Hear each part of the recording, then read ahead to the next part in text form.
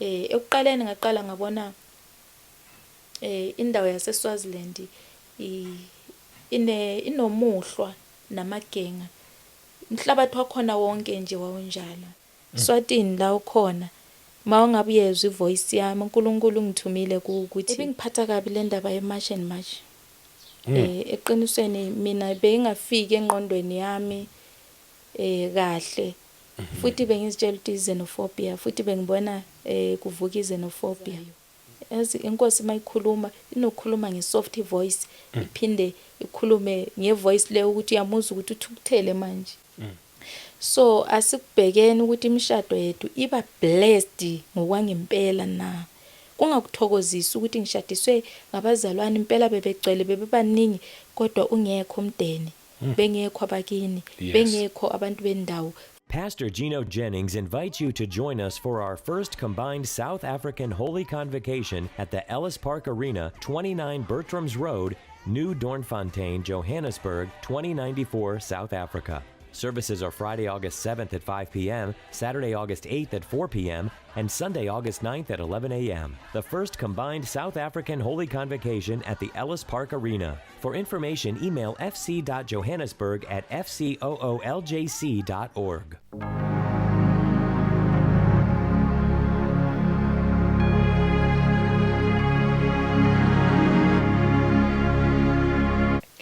Welcome once again kuKota 2 Media. Igama lami ngumduduzi ngwakashabangu. Sibingelele sibonge ipresence kamoya ongcwele khona phakathi kwethu. Sibonge nje umusa abazalwane silokhu sihlangana. Nginibingelela nonke kwizindawo zonke siyabonga. Kulabo abasubscribeayo sibonge ngama comments amahle, sibonge ngokulike, sibonge nje nangemikhuleko nayo yonke nje inhlobo ye support eniyenza abazalwane. Siyabonga na kuma channel members, siyabonga nje kakhulu enikwenzayo lapho kukhulu ngoba ukusupporta nje lo msebenzi ukuthi uqhubeke phambili ungafi ufele ezandleni zethu. Sikhona sithi siyakholwa, siyayibonga yonke inhlobo ye support eniletha abazalwane. Ngithi kumuntu oqalayo ukufika siyakwamukela, siyakuthanda indlela esumangaliso, awulahlekanga impela, usekhayile right kakhulu. La sikhuluma umuntu kanye noNkulunkulu. I strongly believe sothi siqeda la uyobusizakale ngendlela esumangaliso, ungasashintshi. As usually ke ngihlala ngekho ngedwa, ngihlezi nje nginomzalwane na namhlanje ukhona. Ngimbiza ngomzalwane, ngiyambiza futhi ngangomprofeti because umprofeti wenkosi. Nje ngingathi nje let us welcome uMadube, usisi uVuyani, uprofeti Dube. Nje kuya ngawuthi nombiza kanjani but ake sikwelcome. Siyabonga. Yebo, ngiyabingelela kaKota 2 Media, ngiyabingelela babushabangu. Amen. Ngibingelela bonke abantu abalandela lolu hlelo. Nkosi yami siyabonga ukuthi nilandele nimamele konke enikuzwayo futhi nikuthathe kunisize. Siyabonga kakhulu. Ngibingelela nje ngithi ukuthula makube kini nonke emhlabeni la uyofika khona le video. Ngiyacela futhi ukuthi uma usuyitholile uyidlulise, idlulisele kwabanye, engahlali kuwe. Ngiyacela ngoba lokho esikukhulumayo akusikho kwethu, ngokaNkulunkulu. Mina njengami nje ngazisho ekuqaleni mangifika ukuthi ngilethelwe imbono yabamthathu, amazulu abamathathu, i-first heaven ne-second ne-third heaven. Ngachaza nge-second and third, then i-first yiyo engilokhu ngikhuluma ngayo kancane kancane. uNkulunkulu lokho engambulele ngifundise ngalokho ukuthi first heaven sila emhlabeni. Emhlabeni ufanele siphile njani, senze njani ukuthi sihambe ngobungcwele, sibe ngabantwana bakaNkulunkulu. So akusikho konke engikwaziyo yebo, kodwa kancane kancane uNkulunkulu lokho kwambula esifundisa ukuthi siphile njani, senze njani. Akukho engizihlelela khona mina ngokwami, kodwa uNkulunkulu uyakulethe kwambule bese nami ngiyakudlulisa la athi ngikudlulisele khona. Ngiyabonga kakhulu uthando lweni bazalwane, konke nje hlana nikhuluma nami ni-encourage lapha nalapha, nibuze lokho enikubuzayo nasendleleni yami ekuhambeni kwami futhi nihlele nikhona Nkosi yami ningeseka. Noma mhlambe ngiyabe ngingaveli ku media kodwa nihleli nikhona ningeseke ngikwazi ukuyafika la uNkulunkulu afisa ngifike khona. Yes. Ngiyabonga kakhulu Baba Shabang ukuthi ungiphelele ithuba ukuthi ngize ngizoshare umlayezo futhi kaNkulunkulu namhlanje. Amen. Amen. Hawu khulileke futhi wena uyazi ke la esekhaya. Yeah. Uhleze nje wamkelekile anytime. Kunjalo. Ngiyazi futhi mawukhona awuzanga nje kune message oyiphethe futhi ngiyazi ukuthi ibalekile. Hey kakhulu. Kakhulu iziyangikhathaza leyo message leyo. Yebo. Hey angihlalanga phansi ngoba ungibona nje ngiyahamba ngiyazula. Ukubona sometimes ingasaveli ku media ngatholakali nala.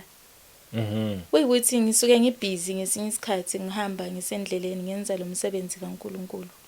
Ikho ngithi ngiyabonga kubazalwane ukuthi bebe yipart of umsebenzi ngoba ngiwenzi ngedwa ngiwenza nabo labazalwane abazinikeza isikhathi sokuthi ithi simlandelele simbheke ukuthi uyapi sibone la isingaxhasa khona abanye baxhasa ngisho nange-accommodation la ngisuke ngikhona mohle uNkulunkulu ngiyambona empilweni yami futhi ngiyamdumisa ngani. Amen. Nani futhi nimdumise ukuthi niyakwazi ukummamela nimsebenzele nimdumisele lokho nje ukuthi uyakwazi ukulisebenzisa nani nisebenziseke njengoba nami ngidumisa ukuthi uyangisebenzisa ngisebenziseke. Kodwa ke mina ukuvila Nkosi yami yes. Ukuvila. Angizenzi ngiyacabanga mhlawumbe uthi ngiyabe ngifila engathi ngisesemncane akufanele ngabe kwenziwa yimi. Kufanele ngabe kwenziwa ngabanye abantu. Mhlawumbe mbathole besekukholweni okudala bekhona kule ndima ngoba thina nje singomafika izolo Nkosi yami sifikele nje izolo. Kodwa indlela uNkulunkulu ayenza izimanga ngayo Nkosi yami. Ukusabela ubuncane ekukholweni noma ngeminyaka noma konke kuhlangene. Konke nje ukuthi ngisaseneminyaka emincane kakhulu ngisekukholweni why kufanele ngihambe amazwe ngalendlela ngithunywe nje on my own ngingedwa. Uyazi ukuthi 2 weeks back ngathi from 17 to 29 June bengisemsebenzini kaNkulunkulu zonke lezi zinsuku. Yep. Ngangivele ngitshela ukuthi from 17 June to 21 June bese Swatini. Ngahamba ke eSwatini Baba Shabangu. uNkulunkulu yaliprepare uhambo lonke. Yes. Ba provide abazalwane ukuthi ngihambe ngiyofika eSwatini. Ngayofika ke eSwatini ngisho nebag nje kwaba nomzalwane oyithengayo ukuthi ngicela ukulethela ibag engazi ukuthi ngiye eSwatini. But wapho ngicela nje ukuthi ngithengele ibag Madube. Omunye wathi ngithengele ikhoti Madube but angigcinanga ngilandile angakayilandi namanje. Kodwa uyisifiso sakhe ukuthi anginikeze yona ngiyimbade ngasho ngathi uNkulunkulu umethi ningaphathi ngisho na dondolo na jazi na anything nampha kwendleleni usho ukuthi ungasebenzisi anything of yourself yena ukhona uzobona ukuthi uprovide kanjani nizwela laphi konke lokho uyakulungisa uNkulunkulu. Then ngacabanga ngangifisa ukuthi ngihambe nabazalwane ngoba nami ngiyakhonza futhi bakhona abazalwane engahamba nabo nabanye sesiyazana through media khona la. I remember khona usisi waseLesotho usisimaki ukuwafika la kaKwatata media. Ngiyamazi ube nesifiso kakhulu sokuthi angiphelezele siye eSwatini. Kodwa 4 days before ngiyela wathola umsebenzi eLesotho. Yes, wahamba eLesotho asahamba ngasonke. Kanti ngesikhathi ngifuna ukuthi ngihambe nabazalwane ngoba abantu babefuna ukuthi beke behambe bekwelinye izwe bafisa kuse maphushe nabo lokho. Yes. uNkulunkulu wathi no ungahambi nomuntu uhamba wedwa. Nathi no kuzoba nzima ngoba mina ngikhona ukuqhubha inkonzo on my own ngingedwa. Ngiyabe ngifuna umfundisi ozongisiza wathi la uyakhona leyashunyaya livangeli. Likhona vele nabefundisi bakhona futhi uzosebenza nabo la uyakubo ongabazi. Yebo. Ngasuka ngahamba ngizwa khona ukuthi hayi ngiholwa ngumoya. Yazi uma uholwa ngumoya yezwa ukuthi ngiholwa ngumoya.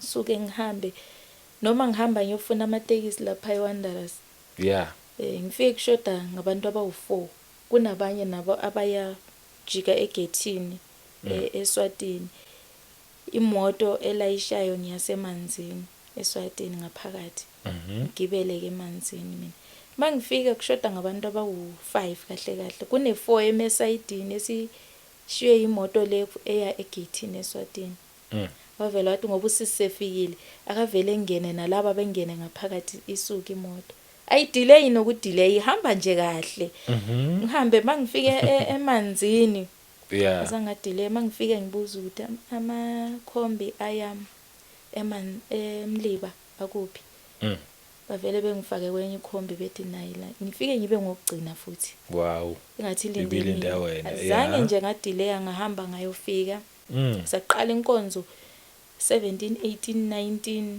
20 kwakuyinkonzo enkulu ukuthi esimema nabomakhelwane ukuthi ngithe ngisuka la ngasho ukuthi inkosi ngizokwenza kanjani ngoba yes ngeke ngafika lapha yana ekhaya kaBhembe ngoMarch Yep. washo ukuthi kufanele ngibuyele futhi ngoJuni sakhuluma nobaba eBhembe washo ukuthi ngizomema abazalwane bebuye la ngiyathanda kakhulu izwi so sizokhonza sila kungijabulisile ukuthi la ekhaya kube nenkonzo nje bekwaNkulunkulu engabe kwangayithi futhi akuvamanga kuba nenkonzo kodwa ikhona namhlanje angazi nokuthi uNkulunkulu ubeke kanjani then sakhuluma kwayikuthi ngizohamba but inkonzo izoba umgqibelo emini Okay. then ngoMay washona ubaba uBhembe and lapha ekhaya uhlala nabezukulu kuphela Yo. base sebancane Yebo. mase ngizohamba ngiyasho ngithi inkosi ngoba inkonzo kufanele ibe khona ene la sekhaya bavumile abomakhelwane ukuthi no ayiqhubeke nabomdeni ayiqhubeke inkonzo ingami ngokumkhulu vele ushiye ivumile Yebo.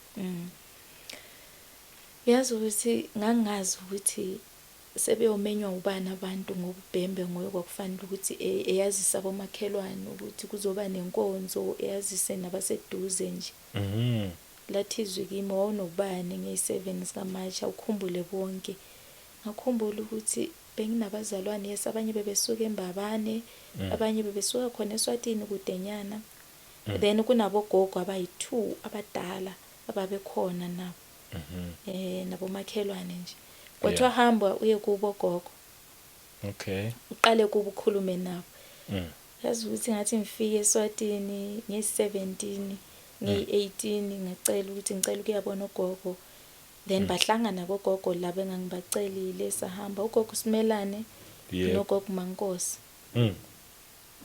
bangiqhuba ke abazukulu sahamba saya khona sakhuluma nabo bangamkela bathi ayikhululeka mntanami sofika lapho nabo makhelwana abanye sobamema kufuneka ingani ngabe uqale wazula yonke lemizwa hamba ushumayelanyana manje into engayiphiwanga ke mina angazi nokuthi ngiqalephi kodwa ngifundile futhi eMpumalanga ngifike ngayifunda eMpumalanga leyo kungena door by door Yes.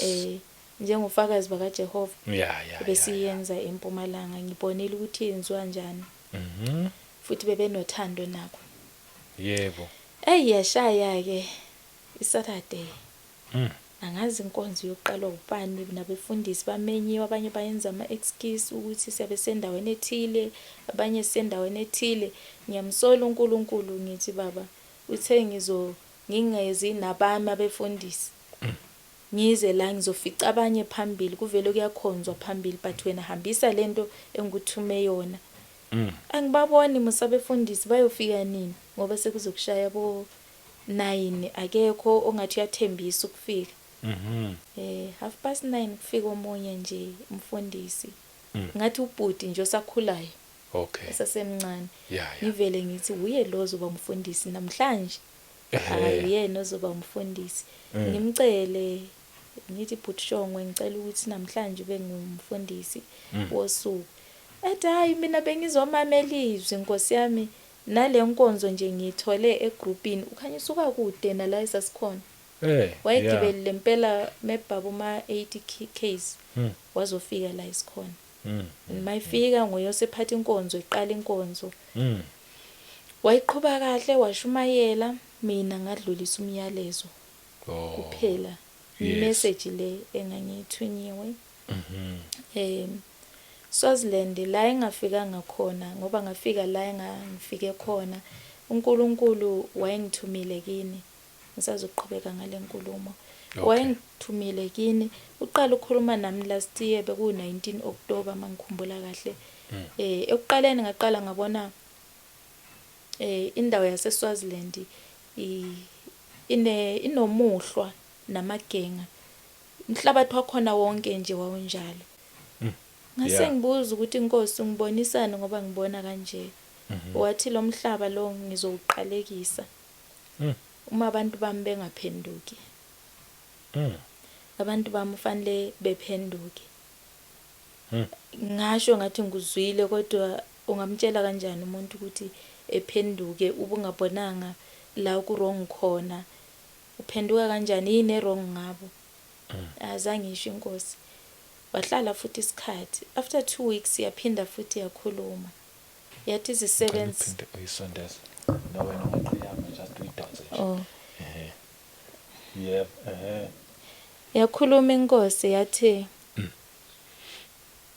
umsebenzi umningi isivuno sikhulu kodwa izisebenzi zincinyane hamba ubatshele eSwatini ukuthi isivuno sikhulu kodwa izisebenzi zincane isikhathi sokuthi besebenze ngamandla besebenze nzima Swatini la ukhona mawungabe uyezwa ivoice yami uNkulunkulu ngithumile ukuthi ngikutshela ukuthi isivuno sikhulu kodwa izisebenzi zincane khuphulani indlela enikhonza ngayo nikhonze ngeqiniso nifundise ngeqiniso ngabuza futhi ukuthi inkosi ngoba ngiyababona museSwatini bakhuthela ngabantu abahambayo kakhulu inkonzo futhi okuseni nje makushabo 8-9 bayaqala uyabona baphithizela baye enkonzweni ngiyacabanga ukuthi abantu abakhuthelela inkonzo kakhulu lapho impela then lasho izwi lathi yes bayakhonza kodwa bangikhonze ngeqiniso khona la abangangitholi khona kahle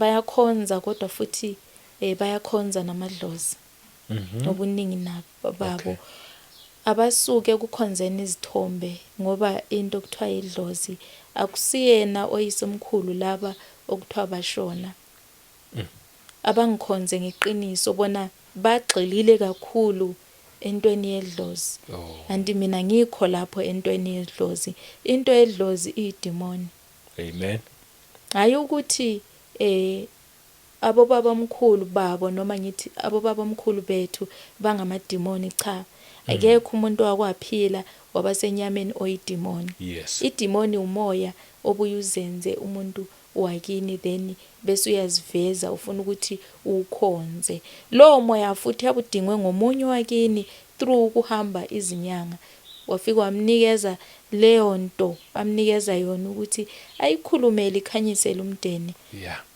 lento eqala ikhanyisele umndeni yegcina isidlozi and lo muntu mayifuna uma seshonile iqhamuka njengaye exactly isho ukuthi ngingubani bani qamba umkhulu wakho owugogo wakho ebengayisuye kodwa lo yamoya ubusuthethe isithombe sika gogo wakho o esomunye emndenini suke kungeyena loyo muntu amen so kwasekushiya ukuthi iSwatini indawo kufanele ukuthi kuphume izisebenzi eziningi kakhulu ezokuhambela umhlaba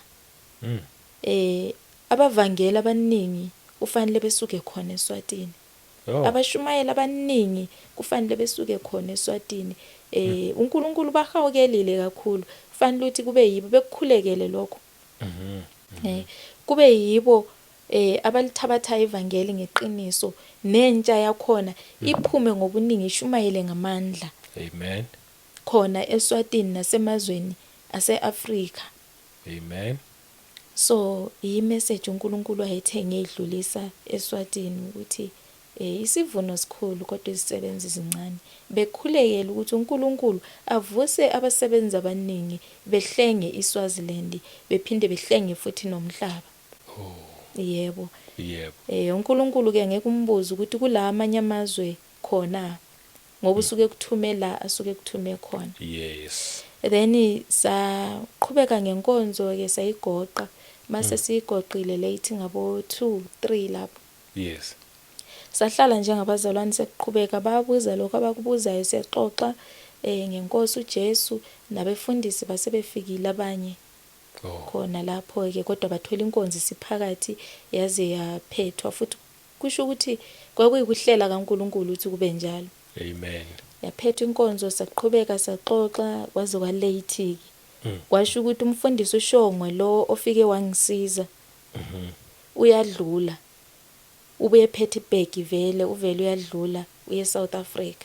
Oh, okay. Kodwa ngaleso sikhathi siqala inkonzo besengazi until yazi yaphetha. Then uthe ngabo 6 seqala umthandazo wantambama ngoba inkonzo ibingena every day kuyiSaturday. Aqala umthandazo wantambama until 7. Sazojoyinwa ngomunye umfundisi wayengekho emini but wazofika ntambama. Okay. Wafika wahlala nje wangathi umuntu emzini. Wangaxoxa kakhulu wahlala then saqala inkonzo sakhuluma lelozwe nami ngakhuluma izwi nje lokuthi sengivalelisa kusasa kufanele ukuthi ngihambe. Yebo. Uyazi ukuthi sithe sesigoqile inkonzo yomthandazo wayikhona ephakama ebonga umfundisi wazisho ukuthi umfundisi untshali unebandla la eduze futhi naye. Wathi mntanami ngoba ufikile la eSwatini uzofanele ukuthi ngibusise ngeke uhambe ngabusiswanga. Amen. Futhi kungenzeka ngizele khona ngoba kahle kahle bengizitshela ukuthi angeke ngifike kodwa ngifikiswe yiloko ukuthi kufanele ukuthi ngibusise before uhambe. Amen. Wangibusisa ke wasengikhulekela. Ngiyazi ke mina ukuthi mase ngihambile ngayosebenza umsebenzi engithunywe uNkulunkulu endaweni ethile akwenzeki ukuthi ngabusiswa. Kuba khona isibusiso esihlala phezukwami asho umuntu omdali amazwi okubusisa then bese ethi hamba. Yebo. Kodwa ekubusiseni kwabo basuke befake mo ukuthi uNkulunkulu aqhubeke ukuthuma ekusebenzisa ayisiyakuthokozela lokhu uhambe ezizweni zonke Nkosi yami ngithi ngiyacabanga ukuthi mina nje indlela engakhona mase kuthiwa ngibusiswe ngihambe mo. Yebo. Phela umuntu mayehlisa isibusiso siyahlala phezukwakho yenzeke lento ayishoyo. Kunjalo. Yebo. Kunjalo impela. So qedeke leyo nkonzo sengibuza ke umfundisi uShongwe ngoba wagcina vele sesimcela ukuthi ungcono ulale ngoba sekulate ukuthi udlule eSouth Africa sokungabo 5 indawo zokulala zikhona la ekhaya kaBhembe then bamlungisela naye ukuthi uzolalaphi. Okay. Sesibuzana ukuthi uyapi ethi ngeSouth Africa but ngeMpumalanga. eMpumalanga kuphi asho ukuthi hayi eMpumalanga ngiyeMadadeni. Ngithi hawu nami ngiyeMpumalanga eMadadeni kuphi nayo. Yeah. Wabuza mina ukuthi kuphi nayo ngithi esihlangu 5 ethi nami ngiyalapho sesizobambisana indlela ke sihambe. Nami ngithokozela ukuthi engihamba nomuntu engimaziyo ongisizileyo. Yebo. Futhi nje le ndlela isizoba easy ngoba indlela bengingayazi.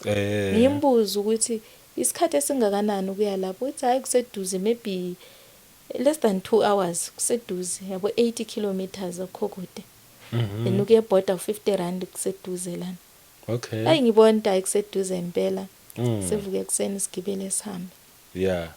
Sengixhumane nomama ongi-invite le eMpumalanga umama Mkhajo. Okay. Seshilo naye ukuthi ngizokuhlangabeza egate woza amadube sohlangana egate. Yebo.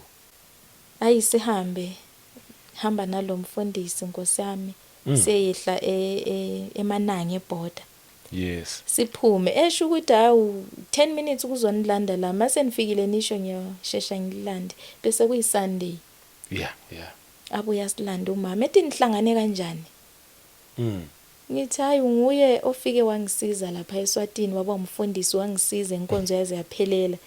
Ebonisa ukumangala mangale kakhulu ukuthi kanjani benivele nazana ngithi ayasazana namanje anginawo ama-phone number wakhe naye akanawo wami just sihlangene nje kanjalo nje so wasethi kungcono eze nami siyofika sihlukana phambili omunye sesiya la ayakhona ngoba vele siye endaweni eyi-1 uyazi ukuthi mhlambe ngathi mongasukela impompo nithi niye Soweto nobabili nabe nizitshela ukuthi nizofika nihlukana khona eSoweto kodwa nabe nengazi ukuthi omunye uyaphi omunye yaphi sihambe vele leyo 10 minutes siyongena enkonzweni iqhubeka inkonzo sayithola iveli phakathi iqhubeka inkonzo iphelele mayisiphelele sisuke siye ekhaya kumama umkhasho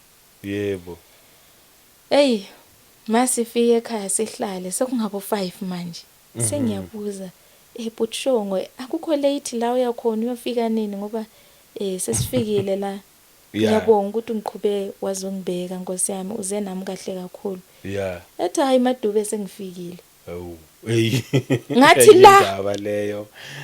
la bengiyakhona ethi yebo sengifikile hayibo ungitshela ukuthi usuke wazongisiza ungamenywanga ungazi lutho nokuthi uzohlangana nami bongazi uzongisiza la eSwatini waba umfundisi wosuku wangiphathela umsebenzi until the end wenza izinto zabalula waphindwa wasuka nami wangibeka eMpumalanga eMadadeni isihlangu 5 siye emzini eyi1 sizo attend inkonzo eyi1 ngeweekend ethi yebo ngifikile ngithi ungwase eSwatini ungwase endaweni la esihlangu 5 ethi hayi mina ekhaya kithi kuseSwatini lana ngize ngenkonzo ngize ngokuthunywa uNkulunkulu khona bekufanele vele ukuthi ngiyoshumayela eSouth Africa ngibe seSouth Africa kodwa ngakubalekela lokhu bengakufuni kodwa manje kuyasho ukuthi kufanele ngize la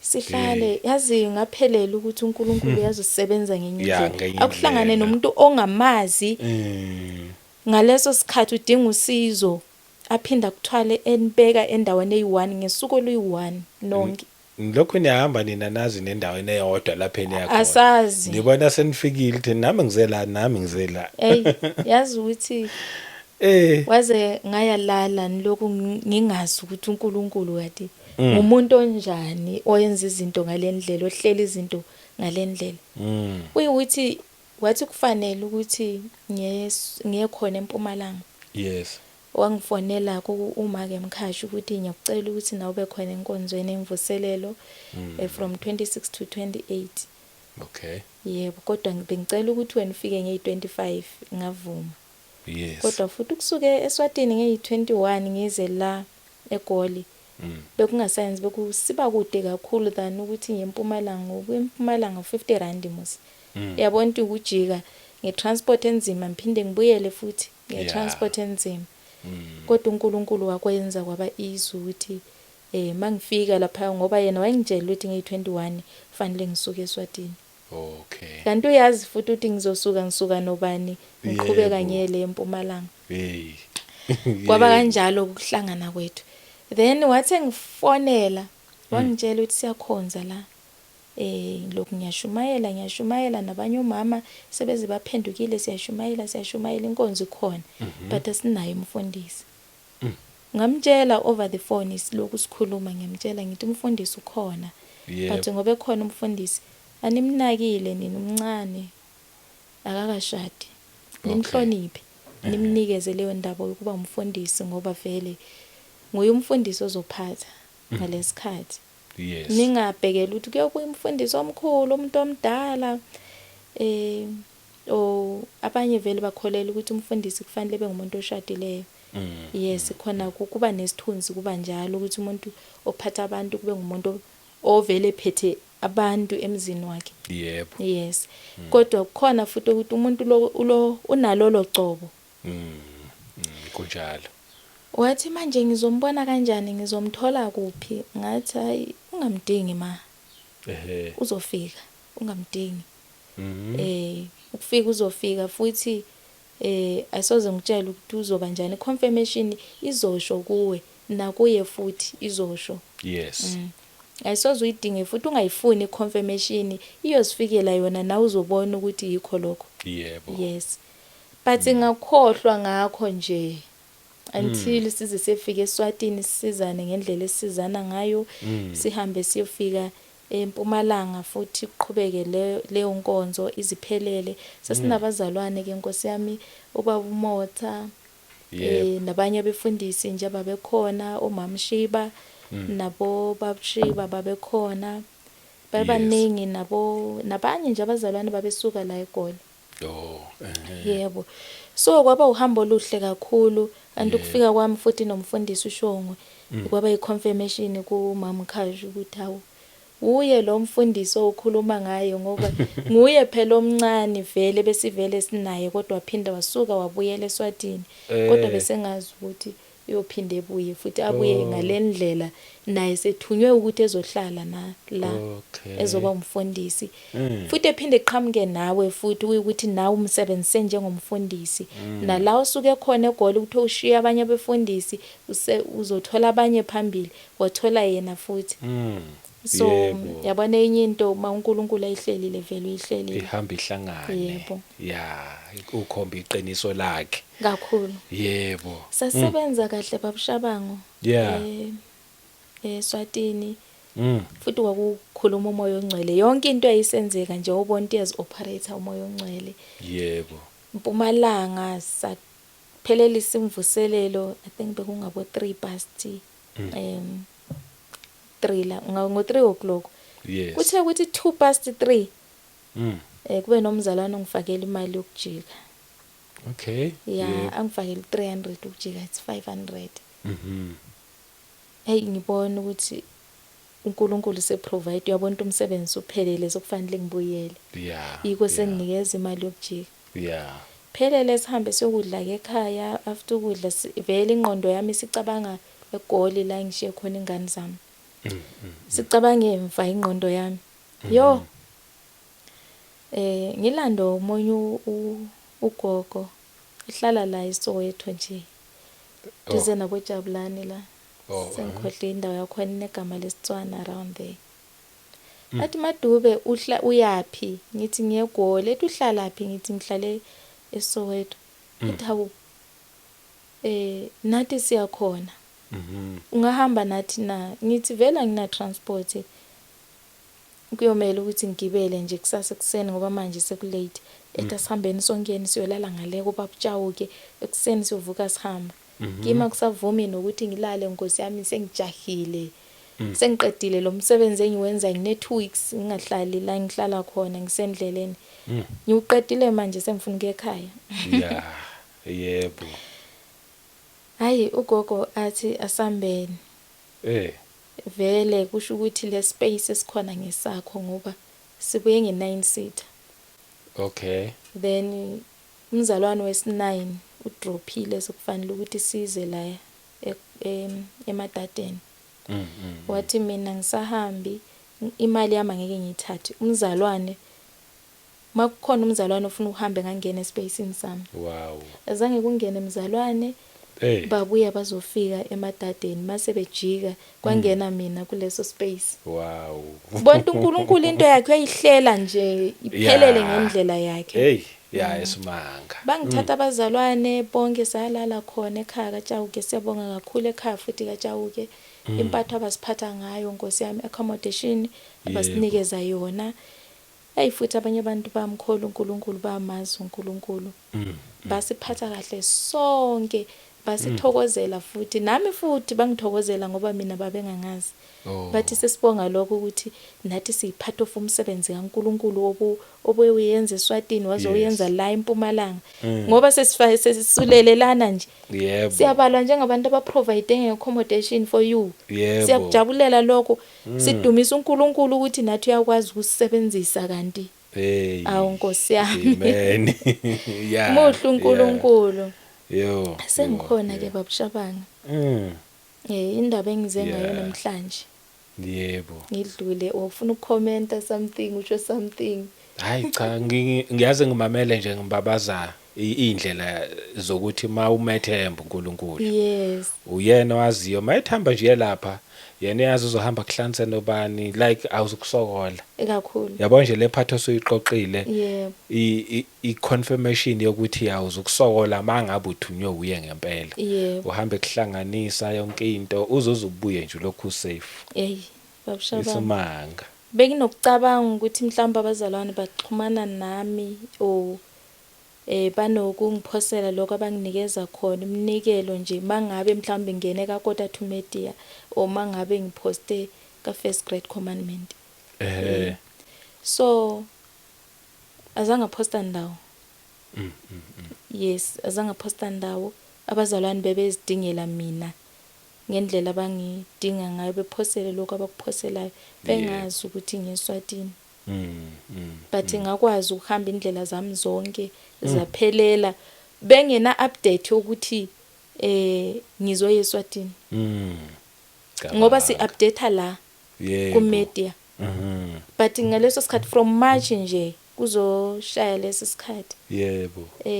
Bengaka post video about that ukuthi ngizoya eSwatini but ngihambile ngayojika. Kungayisimi mhlawumbe ngabe bebazi abazalwane bengizosho ukuthi bebenikela ngoba bayazi la kufanele ngiye khona. Yeah. But lutho.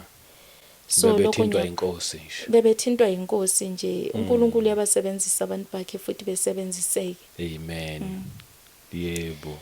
Yeah, then bese ngibuyile ke Nkosi yami nginethezekile abona nabo abantu bacabanga namhlanje ukuthi Maduba akakahambi. Ethule kanje mhlambe sohamba. Ngoba nje kunalento yokuthi abahambe. Nami ngomunye phela okufanele ukuthi ngihambe.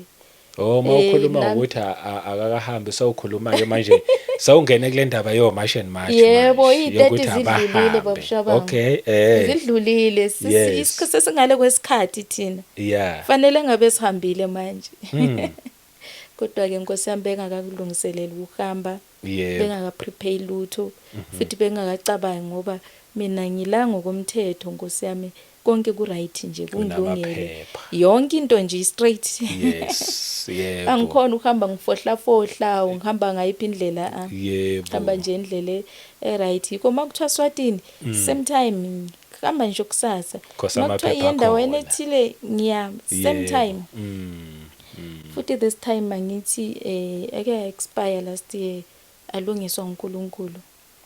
Yes okusho khona ukuthi vele wayilungisela lokho ukuthi ngishone lena le ngendlela yakhe. Amen. Then ke ebengiphatha kabi le ndaba yemarch and march. Eqinisweni mina bengingafiki engqondweni yami kahle. Futhi bengizitshela ukuthi xenophobia futhi bengibona kuvuka xenophobia. Abantu behlukunyezwa kusenziwane. Yeah. Noma bengingayithatheli serious ngoba mina ngi-affect. Kodwa benginalento nje ukuthi why kuhlukunyezwa abantu kanje kwenziweni why abantu kufanele bebuyele iniphatheka kabi mangibona futhi laba bayiholayo. Yeah. Bekushaya nami ukuthi qhuu kimi ukuthi why abantu la benza kanje manje. Bahlukumeza abantu. Ibahlukumeza abanye bekufika ngaleyo ndlela mangibona abantu baseMalawi le behlala phandle phela sike sababona bavelile ku TV. Yes. Behlala ngaphandle abanye beteta phandle kusenzakalani kunzima ngaleyo ndlela akuhlali kahle akukho right vele. Yebo. Kuvela kulunganga. Kodwa sona isikhathi sokuthi abantu behambe. Okay. Nawusho kanjalo. Yebo. Okay. Bengingasho kanjalo ekuqaleni kodwa manje ngiyavuma. Ngoba ngathi from 18 July angilalanga babushabanga kuze kwasangibheke ngayizolo.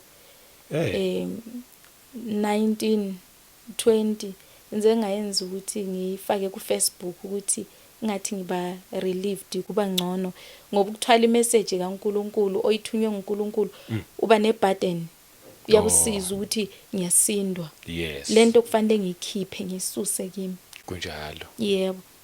Ngakhulula ngaleyo ndlela. Yes. Ngase ngitshela ukuthi uyabona nawe ukuthi izizwe ziyavukelana right now.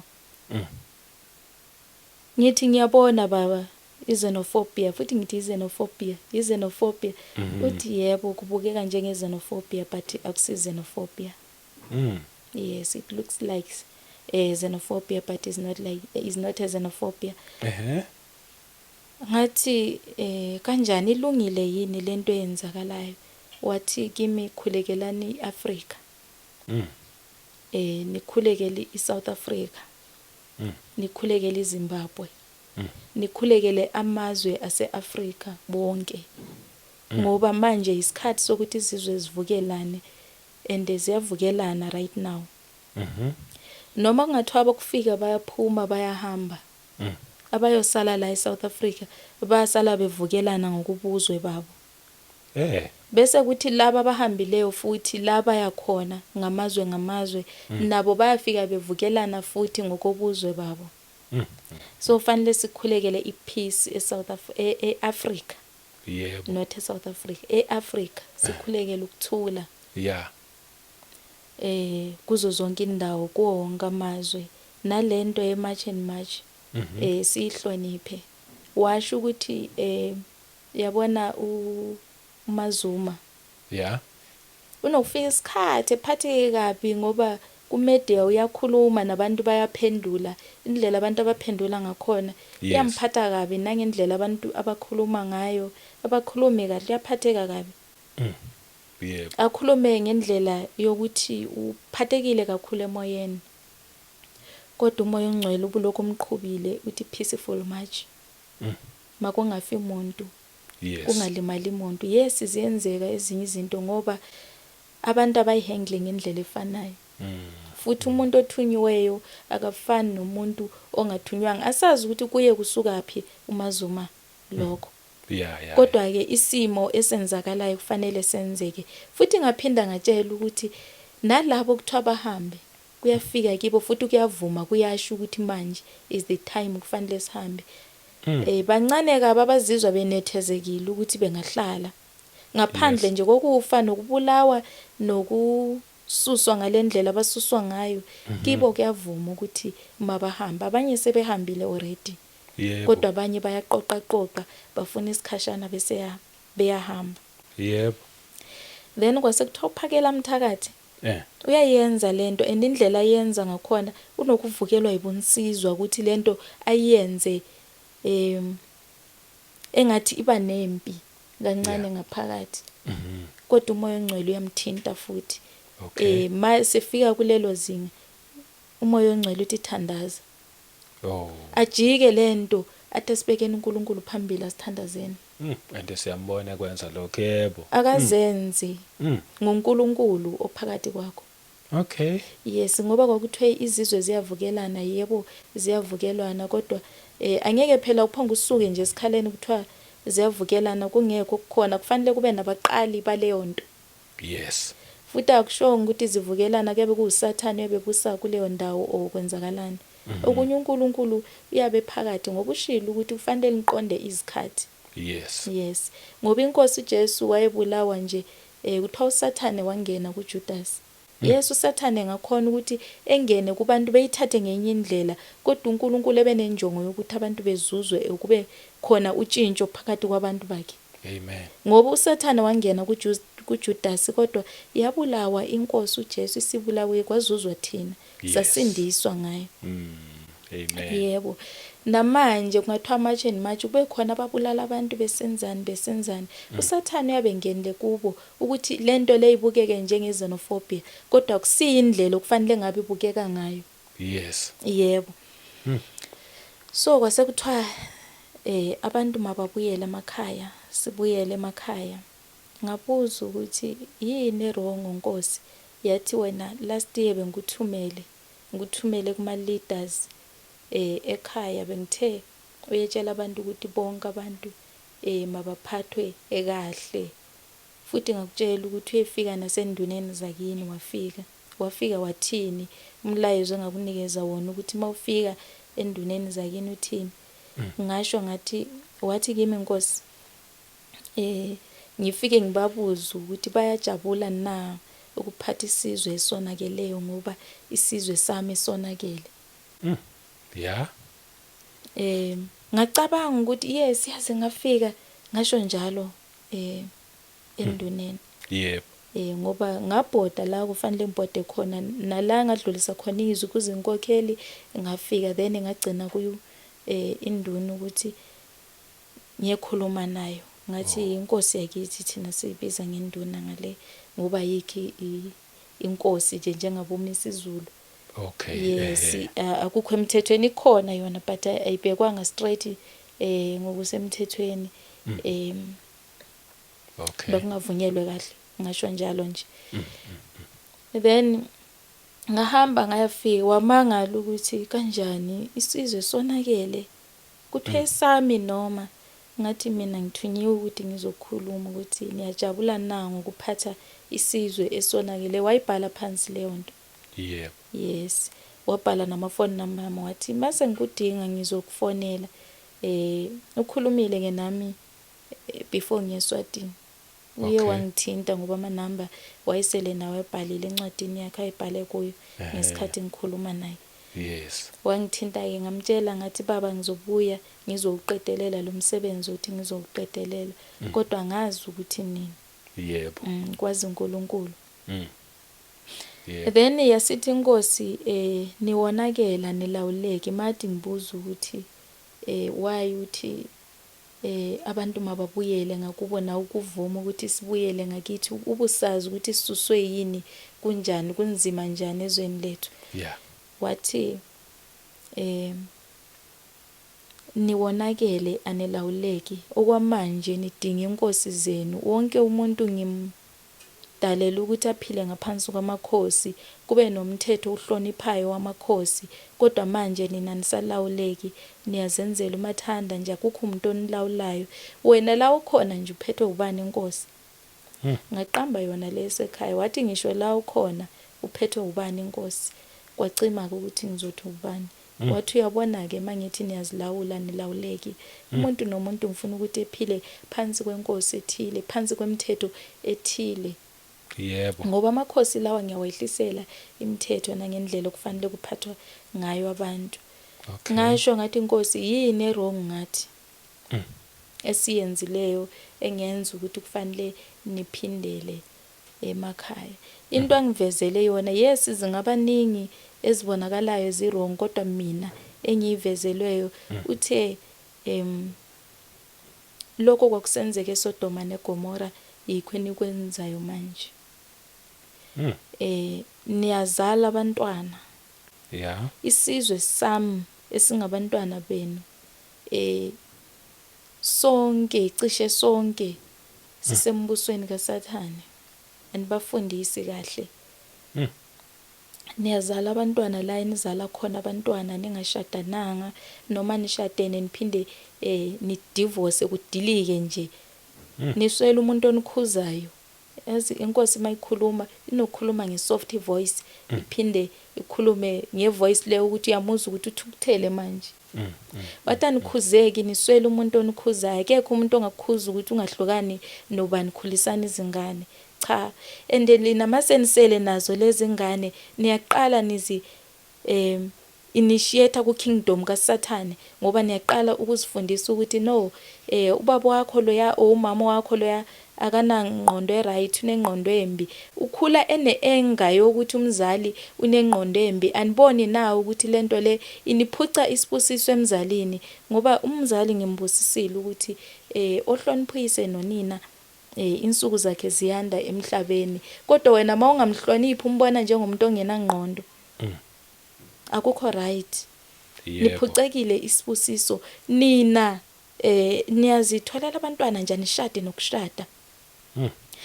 Ezoze wangivulela incwadi la ngicela ukuyifunda nje babushabanga kancane. uGenesis 24. Okay. Ngicela ngifundela uverse 60. I had to tell 24 chapter. Yes. Or ufunda verse 60. Yeah. Okay. And they blessed Rebekah and said to her, "Our sister, may you become the mother of thousands of 10,000s, and may your descendants possess the gates of those who hate them." Yebo. Wasengitshela uNkulunkulu ukuthi umakoti mayisuka kubo uyabusiswa. Ethe siyemzini ahambe nesibusiso. Yebo. But nina nizala abantwana nibazala abantwana bekhule bengenaso isibusiso, sizalwa like abantwana bazalwa ngumuntu ongabusiswanga. Mina mangithola ingane kungenasibusiso somzali wami ukuthi hamba uzala abantwana ube kanje kanje. Yes. Laba abantwana abanasibusiso kahle. Oh. So mangizala ingane kufanele ngizale ingane ngibe nginesibusiso esisuka emva le kulabo abangizalayo mina. Kufanele bededele isibusiso kimi ukuthi hamba ngane yethu uzale. Kodwa mangihamba mina ngingazala ngifike ngizale ngingabusiswanga akukho right. Yikho imishado yakhona idilika. Uma isidilikile leyo mshado sitshala inzondo kubantwana bethu. Laba abantwana baku kingdom kaSathane already thina asikunaki lokho but siyawukhulisa umbuso kaSathane lo esithi asiwufuni thina but siwutshala kulezi ngane zethu.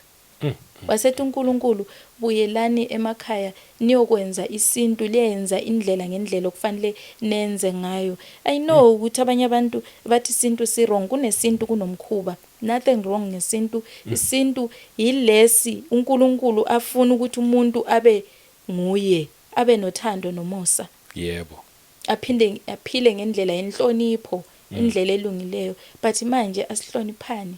Nisingahloniphani njalo kuthiwe asikhuzeki siswele umuntu osikhuzayo ngoba asinawo amakhosi siyazilawula. Manje isikhathi sokuthi sibuyele emakhaya. Siyolawulwe. Siphile ngaphansi kwamakhosi. Yes. Ziningi izinto ezikhulunyweyo kakhulu umoya ongcwele about that ukonakala kwethu, kodwa ukonakala kakhulu okukhulunywe lokho ukuthi sikhulisa igeneration sikhulisela embusweni kaSathane. Yinto enganguthume yona la last year ukuthi hamba uye kubabusi uthi bajabula yini ukhulisa isizwe esonakeleyo ngoba manje intombi yakhona ukuthola abantwana noma ngaba abangaki batholele ekhaya kungabi nomuntu ohlawulayo nje. Akekho nozibone wrong. Kanti emakhaya zikhona izakhamuzi ezaziyo ukugoqa abantwana. Yes. Kuyihlazo ukuthi ingane yakho umfana ihamba ishiya abantwana la nala ayihlawula yenza nix. Yebo. Kuyihlazo kukuhlazisa kakhulu wena njengomzali. Kodwa manje ngenxa ukuthi sikude nabo abawabona amahlazo esiwenzayo sila esikhona khona. Kunzima ukuthi besikhuza sikhuzeki kuba nzima. Yebo. Esinye isikhathi iyazalwa ingane ongayazi wena mzali ukuthi indodana yami sithola ingane endaweni ethile awazi nix. Kungafiki ngisho nakuwe. So konke lokho nje uNkulunkulu kuyamlimaza kakhulu. Ufisa ukuthi sibuyele siyolungisiswa sibe semthethweni okahle umthetho wabazali sithola ukuthi siqondiswe ukwenzela ukuthi isizwe lesi esisizalayo sibe right sibuyele kuNkulunkulu. Yes. Then wasengitshela futhi ngezwe laseZimbabwe. Wathi eZimbabwe ngoba ngangithumbile last year kwakuyiqala komsebenzi. Kufanele futhi ubuyele uyoqhubeka. Yes, wathi ngibuyele ngiyoqhubeka. So lento engitshelwe umoya ongcwele ngayibhali ukuthi ngibhale phansi. Then mase ngibhale phansi ngihambe ngiyihanda over. Somewhere la ngitshelwe khona ngeke ngitshele ukuthi kukuphi. But khona la ukuthi ngihambise khona. Then mayisifikile kuye loyo muntu uzobona ukuthi yena uyihambisa kanjani efika la kufanele ukuthi ifike khona. Yes, ngoba kuthiwe le message le ifike kuma political leaders. But angeke ngishare ngoba ngiyama political leaders kusiyo yena. Kufanele ukuthi ngiyifikisa. Iyefika mathupha ngendlela uNkulunkulu angiyala ukuthi iyefika ngayo. Yebo. Then bona mase beyiapprove ukuthi siyezwa izwi likaNkulunkulu uma beyiacceptile. Bazonitshela ukuthi kuthweni uNkulunkulu utheni then nani nizoyitholeni imilayo eniyalwe uNkulunkulu. Kodwa ke nina kuthiwe nginitshele futhi ukuthi niwahloniphe ama-leaders. Thina besinalento ngathi mina nje benginalento yokuthi anginandaba nokuthi ubani ophethe ubani ongaphathanga ngingenankinga nako nje ngathi ama-leaders into ebingekho sekhanda nje especially amakhosi. yebo amakhosi even bona laba ama-politics amakhansela nani bengabona usizo lwakho kimi. So besingekho isidingo nje sokuthi ngibe serious ngakho ngibe busy ngakho ngibe kwazi ukuthi ubani wenzani ubani akenzini. But ngithe ngitshelwa leyo nto ukuthi kufanele ukuthi sibahloniphe. Yes. Kungakhathalekile ukuthi lowo muntu uyamthanda o awumthandi. Yebo.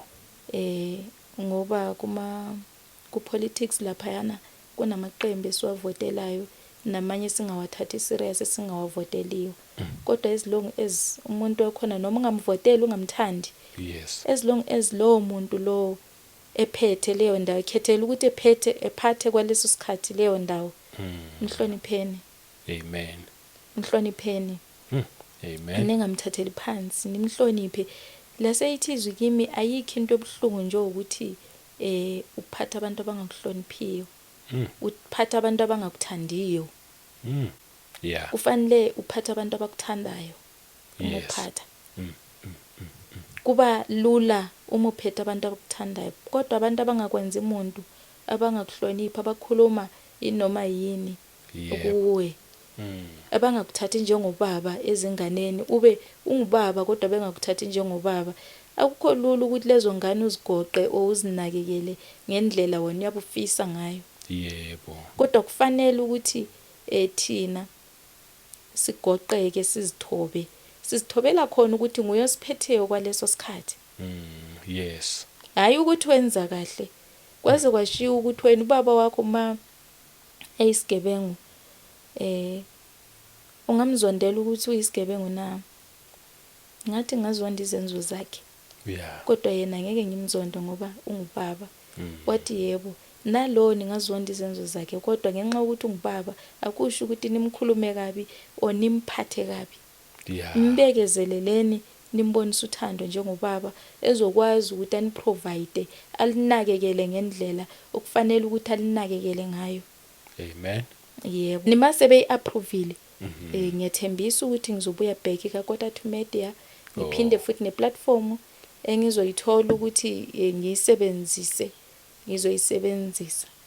Kodwa ngiyethembisa ukuthi ngizophinda ngibuye back kaKota to Media ukuthi ngisho ukuthi kuhambe njani kufanele kwenziweni ngikhulume konke indaba yempatho ukuthi siphathane njani. Yes. Singabantu. So ngegama lenkosi uJesu bathandwa yikho lokho esokungisalela umsebenzi ongisaleleyo ukuthi ngihambe ngiyofika kule ndawo. Noma ngazi ukuthi ngizophetha ngikuphi. Kodwa ekugcineni kufanele ukuthi ngiyefika kule ndawo. Amen. Yes. Khona kuthe ingayifika ngamahemhemu. So yikho ngikhatha mase ngikhuluma konke ayisoze kuhambe kahle. Yeah. Isoze kuhambe kahle. uNkulunkulu uyalalelwa nangendlela okufanele ukuthi uyehlise ngakhona indaba zakho fanele uzehlise ngendlela efaneleyo. Yes. Then ku South Africa yabo isikhathi sokuthi kufanele kwenzeke lokho kwenzakalayo right now. Kodwa ningabulali abantu ningabi nodlame nibaphathe kahle abantu nibanikeze isikhathi esithile notice ethile. Yebo abantu bengasho ukuthi hayi saselinikeze u30 June. Yes lalibaphila u30 June. Abanye bahamba abanye bahambanga. Babengathemba abantu ukuthi lento serious ngalendlela. Kodwa manje bayakholwa futhi bayabona ukuthi lento iserious ngendlela eserious ngayo. Yebo. Futhi nakubo kuyashaya ukuthi manje the time kufanele ukuthi behambe. Abaningi banayo leyo nto. Yebo. Ukuthi is the time kufanele ukuthi behambe. Amen. So nibaphathe kahle nibanikeze isikhathi sokuthi behambe.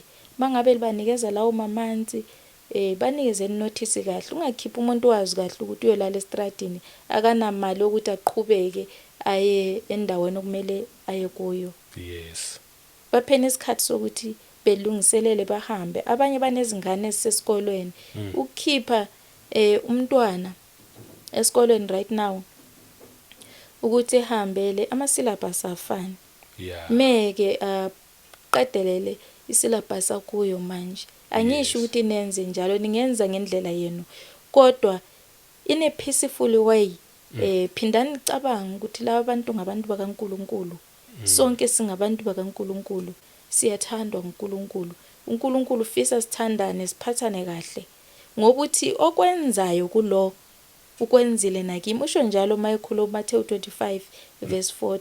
Uthi lokho enakwenza kwabanye nikwenzile nakimi. So iba careful ukuthi noma ehamba umkhipha ngendlela right na. Yebo. Yebo. Akukho emthethweni vele ukuthi abantu behlale ngaphandle kwencwadi. But into ekhona ukuthi namanje abanazo izincwadi bayafeel ukuthi manje is the time to go home. Yeah. Isikhathi. Then kwase kuthiwa amazwe angaphandle onke umoya wabo ubuhlungu ngeSouth Africa, bafuna into ebahlanganisa neSouth Africa right now. Nathi siyakubona kusenzeka. Kodwa kuthiwe benze peace. Bengakwenzi lokho ngoba yisikhathi. Isikhathi masifikile isikhathi. Into efuneka ipeace eAfrica. Yes. Ningabazondo ukuthi bathe sihambe ini ingadali inzondo leyo nto. Ningazenza izinto ezimbi kubo noma befikile emazweni enu noma kusenzakalani. Lento eyenzakalayo nami nginje ngokwenyama bengiphikisana nayo. Kodwa manje is the time. Ishilo inkosi ukuthi is the time. Ukhulumile umoya ongcwele ukuthi lesi isikhathi. Yes. Sokuthi manje sihambe siyozilungisise. Yebo. Siyozilungisisa thina, siyezithola kahle. Nami bengayiboni inkinga nje ukuthi sizithola kahle ngoba kwenze njani kuphi. But uNkulunkulu mase nginikeza ama reason ngawabona. Yes. Yes. So kunendaba ngicela ukuthi ngibambe la babushabangu. Okay. Ningakhulumi ngayo kakhulu. Okay. Nihambe futhi emakhaya mangabe kuyahambeka Nkosi yami. uNkulunkulu anenzele umusa nihambe nifike kahle. Ningakhohlwa ukuthi indaba ecunula kakhulu uNkulunkulu kulabo abahambayo yipi. Umshado yena ayiqedakali. Ngasho mase siyibeka ngokweBhayibheli indlela eyibeka ngakhona. Ikuphinga noma ikufeba. Ngathi kuphinga ngoba ukuthinta umuntu othinta umuntu ongasinkosikazi wakhe o umyeni wakhe uyaphinga. Amen. Noma ngabe intombi yakho iyodwa mase ngayihliswanga isibusiso kuyo ukuthi uyithathe uyaphinga iyodwa nje. But mase uyithola isingane usujola naye uzihlanganisa naye uyaphinga. Amen. Yes, ofebayo ngoba nabantu abaningi kodwa sengisho ukuthi noma engaba yedwa engayisiwo wakho ukumthinta uyaphinga. uNkulunkulu akakuthandi khona lokho. Ukubeke konke ukuthi kwenziwa njani la encwadini engcwele. Ngicela ukuthi into okugcina nje ngizofunda incwadi yakhona mayekhuluma ikhona iphutha angivezele lona esilenzayo thina ama Christians. Yes. I think Genesis 34. Okay. Mangaphazami ukubani le ncwadi. Iphutha esilenzayo thina ama Christians Genesis 37 indaba yomshado kaJakobe. Ngoba eveza lenje ukuthi kufanele sibusiswe before siye emshadweni.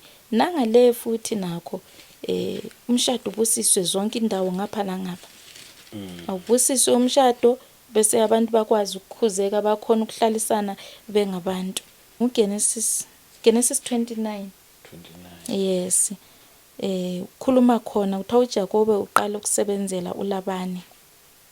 Asiqale ekuqaleni nje sifunde Ku verse 1. yes ku verse 15 or from 15. yeah It like mean then Laban said to Jacob, because you are my relative, Should you therefore serve me for nothing? Tell me, what should your wages be? Yeah. 16. Now Laban had 2 daughters. The name of the elder was Leah, and the name of the younger was Rachel. 17. Leah's eyes were delicate, but Rachel was beautiful of form and appearance. 18. Now Jacob loved Rachel, so he said, I will serve you 7 years for Rachel, your younger daughter. 19. And Laban said, it is better that I give her to you than that I should give her to another man. Stay with me. 20. So Jacob served 7 years for Rachel, and they seemed only a few days to him because of the love he had for her. 21. Then Jacob said to Laban, give me my wife, for my days are fulfilled, that I may go in to her. 22. And Laban gathered together all the men of the place and made a feast. 23. Now it came to pass in the evening that he took Leah his daughter and brought her to Jacob, and he went in to her. 24. And Laban gave his maid Zilpah to his daughter Leah as a maid. 25. So it came to pass in the morning that, behold, it was Leah. And he said to Laban, what is this you have done to me?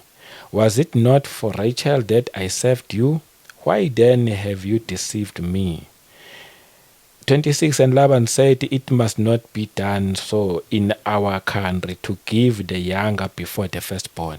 Amen. Ngicela uyibambe lapho. Okay. Emshadweni la sine lento yokuthi umuntu ushada ngesisonto o ngithi ngisichristianity ukuthi kunomshado ongcwele kushadwa kanje. Yebo. uNkulunkulu akaze amsusa umuntu kumndeni wakhe naku family yakhe. Emshadweni singakwenzi konke ngokwenkonzo. Umndeni kufanele ube included. Yes. Nabasendaweni babe included, nokuthi endaweni yakini kuthiwani ngomshado. Ungabuswa ukuthi iBhayibheli lithi no, not iBhayibheli. Ungabuswa ukuthi enkonzweni kuthiwa. Okay. Yazi abantu bendawo nabomndeni bazibona bengayisilutho emshadweni wakho wena usuhambisa into zenkonzo phambili. Lama sifunda lencwadi kuthiwa uLabani wambuza uJacob ukuthi Jacob, ngoba ungisebenzela ngizokuphani, ngizokubhadala ngani, ngizokwenza njani ngoba isihlobo sami. uJacob wathi unginikeze indodakazi yakho lesibili encanyana. Yes. Then kodwa sebenza iminyaka ewu7. Then thisiphela iminyaka ewu7 kwenziwa idili. Kwashona kumshado the whole day nje. Kujajuliwe kuyidili. Yes. Then after umshado bathatha indodakazi endala bayinikeza ubani uJacob. Yes. uJacob akabonanga ukuthi kuye kuze uLeah akusezanga uRachel. Then uyabuza kuseni ukuthi why ungikhohlisa labani? Angikhethanga lo mncanyana na. Usunginikeza lo mdala. Uthe endaweni yakithi. Akwenziwa njalo. Yes. So asikwenzeni ngokwenkonzo kulungile, but phinda futhi ubheke endaweni yakini ukuthi lezi zinto zenziwa njani. Yes. Bese uyasefa imkhuba uyikhuphe. Abanye abantu emshadweni manje awusesicula kube iworship, si worship the whole mshado, noma bengekho abadala sinandaba, noma bengekho abantu bendawo asinandaba, as long as ukhona abazalwane sizwe si right bazalwane. Siyolishumayela kanjani sinobandlululo olungaka? Yebo. Banikeze indawo yabo abantu bendawo. La ufikele khona hlonipha ukuthi bona benza njani izinto. Amen. ulandele the way abayenza ngakhona okuyimkhuba uyisafe ukuthi no le imkhuba angene kuyo njengomzalwane. Inkolo yami ayivumi ukuthi ngingene kukho. Yebo. Phela sikhumbule ukuthi ubani even yena uLabani kuthe sebehamba uJacob usebalekile indodakazi kaLabani yabaleka nesithixo sikaLabani hayi ukuthi waye 100% holy uLabani. Yeah. Kodwa khona wayekwenza ukuphambana noNkulunkulu ngoba nakho phela wayenesithixo esasesitshontshwe indodakazi yakhe. Wazoyiqalekisa nokuyiqalekisa ngenxa yokutshontsha isithixo ngathi oyithetheyo lento uzofa nokufa. Yes. Ene yafa leyo ndodakazi yakhe sifika phambili. Yes, ngoba wayesehambe nesiqalekiso. Yebo. Yebo. So asikubhekeni ukuthi imishado yethu iba blessed ngokwangempela na. Kungakuthokozisi ukuthi ngishadiswe ngabazalwane impela bebegcwele bebebaningi kodwa ungekho umndeni. Bengekho abakini, bengekho abantu bendawo. Fanele include abantu bendawo, kube khona bomndeni, kube khona nabazalwane futhi. Amen. Yonke into ibenhle ningagxekani futhi ungaboni ngathi umuntu akasasindiswanga mase beqala ukucula lezi ngoma zokwendisa. Zikhona phela ingoma zokwendisa ukuthi uziphatha kanjani emendweni kanjalo nje bekezelela indoda kanjalo nje. Yes. So ubona ngathi hayi akusikho kufanele ukuthi kube indumiso until the end kube indumiso. Yeah. Bheka ukuthi abantu bendawo benza kanjani. Yebo. uPaul uma ekhuluma kwenye incwadi I think 1 Corinthians 11 uzasho ukuthi imvelo yona ilifundisana. Siyazi sinevangeli lethu elingoJesu Kristu oyinkosi ofanele samkele ukuthi zonke izinto zihambe kahle, but kunalento yokuthi sigcina sesizitshela ukuthi yonke into siyenza ngoKristu kodwa sishiya ukuthi sibheke emva ukuthi imvelo yona isifundisana. Asiyilahli imvelo. Imvelo kusesintwini ukuthi umuntu mayiphila kufanele benje. Imvelo ithi umuntu wesifazana makahloniphe. Afase iduku. So uPaul mayekhuluma ukhulumela ngaleyo nto ukuthi imvelo yona inifundisana, anifundisi yini ukuthi owesifazana makafase iduku uma esendaweni ehloniphekileyo. Okay.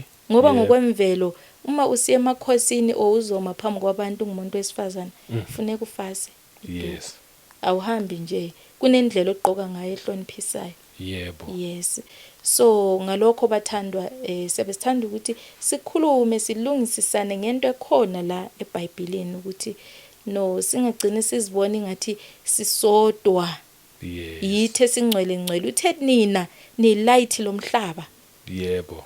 Umhlaba umnyama without lina ni usawothe womhlaba. Umhlaba uduma without lina. Yebo. So umhlaba masuduma isawotho leni lingazwakali emhlabeni kusho ukuthi umsebenzi wenu awukho kahle. Ngenani kubantu nishumayela ivangeli. Ningenzi njengabo kokunye. But kokunye philani nabo befunde kini. Yes. Ngoba ilight uma usunaso leso sibani ungasibeki phansi kwetafula kodwa sibeke phezulu kwetafula sikhanyisele wonke umuntu. Yebo. Kukhanyisela wonke umuntu asikuphoqa umuntu entweni oyenzayo kodwa ukuthi umuntu efunde kuwe okufanele akwenze. Akusikho konke okufanele sikufundise abantu kodwa kufanele befunde kithi ekwenzeni kwethu ukuthi senza njani. Sinenhlonipho siphila nabo asibagxeki noma bengazi ngoba nathi sizuzwe ngomusa phela. Bese ngazi ziningi izinto esizenzileyo ezirong ezimbi. So bathandwa siyabonga nje bengithi sidlulisane lapho ukuthi uNkulunkulu into yabesuke ezishare nami akufanele ukuthi ngizigodle. Akufanele ukuthi ngizigodle kahle kufanele ukuthi phinde ngizishare futhi nani. So ngalakho ngiyabonga uNkulunkulu babushabangu nesikhathi sakho. Kodwa ngicela ukudlula kulokho futhi kancane nje. Adlula impela. Ukuthi abantu baphatheka kabi ngesinye isikhathi. Yes. Ngoba bebelandela kakhulu kancane ngazobe kufanele ngikhulume after or manje but sizokhuluma manje ne bebelandela the way engafika ngisho ngakhona ukuthi ngifuna ukukhuluma nge-first heaven. Ukho konke lokho sengiqhubeka nje ngikhuluma nge-first heaven. I-second and third ngakhuluma ngayo but ayinamsebenzi kakhulu ngoba umsebenzi ula ku-first heaven emhlabeni la esiphila khona. You have to feel it ukuthi manje ku-first heaven. Ube nale nhliziyo okufanele ube nayo ku-first heaven ozokhuphuka ngayo futhi useya ku-second na third. Okay. Abantu bashawa ngama-topic ngesinye isikhathi enisukeni wafake laphayana masiqeda ukurekhoda. Bezitshela ukuthi maybe lo muntu sewile. Oh. Yes. Ukhona omunye umama owakwangibuza impela ukuthi athi Madube sowangenwa yini. Ngamtshela ngathi hayi mama, uma ungayimamela ivideo yonke laphayana babe senzela ukuthi be-attract abantu nalaba abangekho eduze be-attracteke. Wasethi no, mntanami uyazi ukuthi mawungathi udlula uzokuthabe kule nyoka lapha ubona ingathi kunekhasi lenyoka laphayana. Yonke into sonke isikhathi mawudlula lapho ufila sengathi uzobona inyoka or ikhasi lenyoka lapho.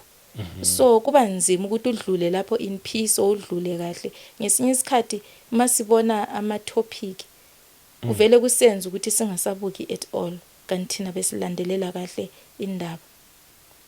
Yes, so ngenzela ukuthi ngingakuthuli lokho ukuthi nazi ukuthi ngesinye isikhathi kulimaza kuphi abantu. Yes, okunye sabe sithi siya attracta abantu abangakhonzi ngoba vele abakhonza sabe sazi ukuthi belandelani, but laba yababe futhi eqalezwe ngestory then ebese ngena kukho etholakale kanjalo. Kodwa abanye abasafunda futhi abasalandela mase bebona kunjalo bevele bethi hayi lo kasasindiswanga sesiyadlula. So yabe ngithi ngikhulume nje ngikudlulise. Ngiyacela futhi ukuthi kunganilimazi Nkosi yami, ngithembile kakhulu. Iyiphi nje i-title le mhlawumbe abakhala ngayo le abaze basola ukuthi ngathi awusakholwa? Yabona le mangavula ifoni yami indlela abangithumela ngakhona ama-screenshot le bethi Madube usune boyfriend futhi ngoba sengihambe kakhulu ngikhuluma ngokuthi ngikhuluma ngendaba zensindiso. Yes, ngikhuluma ngepast. So bona mabe kuvela bacabanga ukuthi into entsha, into ekhona right now. So begcina bengasafuni ukumamela into ezingaphakathi ukuthi hawu lo muntu seyashumayela nje sefubuyele emuva kanje futhi. I think basuke benga-understandanga i-title ukuthi isuke even nokubhala isuke ibhale nge-past tense. Yebo. Mangabe beyilahle lapho ke ya bazoyibona yona engazathi i-present tense kanti even ne-title yasho ukuthi into ye-past le into edlulile. But ke kulokho siyaqolisa ke hayi singabantu sohlezi nje senza ama-mistake. Siyabaxolisa nathi laba khona ngezindawo ukuthi Inkosi yami mani wathola ama-video sicela ukuthi niwaqhube ehambe ningethuswa i-title ontoni niwadlulise bazobona phambili ababona phambili bazobona phambili. Ningesabi ukuthi ni share or nenzeni, cha ningesabi. Nkosi yami niwashare engisuke ngikukhuluma mina I know vele ukuthi engakwaziyo kahle ngikuchaza ukuthi lokho angikwazi kahle ngu-understand ngoba ngiyavuma ukuthi ngisesemncane ngisafuna ukuthi ngiqiniswe kule ndawo vele engathathwa ngasebenziswa kuse early ngisafuna ukuhlala. Yes, so nizosixolela kulokho enibona ngathi ku wrong then ama-video niwathathe niwadlulise. Lokho ngiyakuthemba ngoba into engisuke ngikhuluma into esuka kubaba. Engizisola ngakho yilokho nje ukuthi ngigcine sengikhuluma into ongafanele ngikhulume ngaleso sikhathi ngoba yonke into iya nge-step by step. Yes. Ngale ngithe ngiqeda ukuthula ubufakazi bami eMpumalanga. Ukhona ubaba oye waphakama kakhulu umbaba Shiba emva kwami. Wathi ngiyabonga kakhulu ukuthi uyakwazi ukuhlala ufukamela i-message uyikhipha isiphelele ngoba abanye abantu basilethela ama-message uyizwa ukuthi le ibingakaphelele bese seyafa. Bekufanele ukuthi iphelele then bese yehlisela abantu. Usale usunembuzo ukuthi lento le yayehliswa kanje usunembuzo but ungenazo impendulo. Yeah. But wena usilethela yonke indaba iphelele. So yenza njalo njengoNoah ngoba kwathiwa eyakho umkhumbi wayakha umkhumbi walandela zonke izitep ngoba incwadi yakhona wazongifundela yona. Yeah. Ukuthi bekezelela kuphelele ngoba uNoah wayefukamela imessage wayenza njengoba uNkulunkulu ethi enze njalo. Yes. So nawe hamba kulelo nyawo ukuthi wenza njengoba uNkulunkulu ethe wenze njalo. Ungayikhiphi mawuyizwa ukuthi ayiphelelanga. Ngaze ngakhumbula ukuthi kwenye imini ngake ngatshela ubaba Shabang ukuthi uNkulunkulu uthe from 2025 I think last of last year from 2025 to 2031 abantu abalungileyo bazohamba. Wangibuza after episode ukuthi why ngasayikhuluma ngaleyo nto ngasho ukuthi angizwi ukuthi siza kuphi abantu onjani. Uma uNkulunkulu eseyilethile siphelele ngizoyiletha. Yes. Namanje ngisasho njalo ukuthi ayikakapheleli kimi. Kodwa ngiyezwa kuthiwa abantu abalungileyo abaningi bazohamba. Kodwa ukuthi bahamba bahamba njani angazi kwabuya nje kwaba yizwi la stopha lapha. Kodwa ngiyazi ukuthi uNkulunkulu akayigcini lapha into yakhe mavele efuna ukuyikhuluma iphelele. Yes. Ulinda isikhathi esiright ebeloke kufundisa ngayo until uzuyikhiphe isiphelele isi-original iphelele ingashodi ngalutho. Yebo. So ngokunjalo ngiyabonga baba Shabang. Hayi no siyabonga kakhulu. Usilethele nje imessage enhle kakhulu. Uyiqale nje lapha ekuqaleni ukuthi inkosi yakwazi ukumthwala umuntu. Yebo. Waza nayo wayithatha wayise eSwaziland ukuthi kune message oyiphethe. Bayizwile ababukeli imessage yaseSwaziland. Omunye umuntu ebengasho athi awu why sizozwa ngomuntu mhlambe waseZimbabwe asitshele ngeSwaziland. Ngiyajabula futhi ukuthi inkosi yaphinde yathi nayi futhi neyaseZimbabwe message. Kusho ukuthi nje inkosi ngasebenzisa nombani izomsebenzisa ekhaya la aqhamuka khona iphinde imsebenzise la ngaphandle. Inkosi yenza ngendlela ethanda ngayo. Wangena kwindaba ke yo March and March. Yebo. Ophakela umthakathi no Mrs Zuma kanjalo. Yebo. Wayiletha indaba and uma ngabe ngiyimamela ngempela futhi ithi kithi thina especially bala South Africa. Yebo. Asingathi ke thina uma ngabe sizwa ukuthi le message iqhamuka kuNkulunkulu. Yebo. Uthi vele uNkulunkulu uyayiconfirma lento uthi mabahambe. Bese thina sibahlukumeza into uyikhulumile leyo. Bese sibahlukumeza egameni lokuthi ushilo vele uNkulunkulu uyiconfirmile vele hambani. Yebo. So ilethile nje kahle yamnandi nabahambayo mele bathi behamba bathemba uNkulunkulu. Futhi Bamthembe nje kakhulu ngoba uthema uyiqala wabeka uhambo lwakho eSwaziland abazibukela lapho ke ukuthi uma ngabe ethi uNkulunkulu asibuyele emakhaya la siqhamuka khona kusho ukuthi uyofika sithwale nasemakhaya. kahle nje. Bangathi sasuswa indlala lesi eSouth Africa that's why masibuyele emuva siyolamba. Abangakhohlwa abantu ukuthi uNkulunkulu khona everywhere. Kuyo yonke indawo. Ngeke nje avela athi hambani emakhaya mayiqeda athi ngizonibuka nibulawe indlala no. Futhi nje mayiletha le message ethi hambani emakhaya. Ephinde elethe ne message yabantu abanilidayo.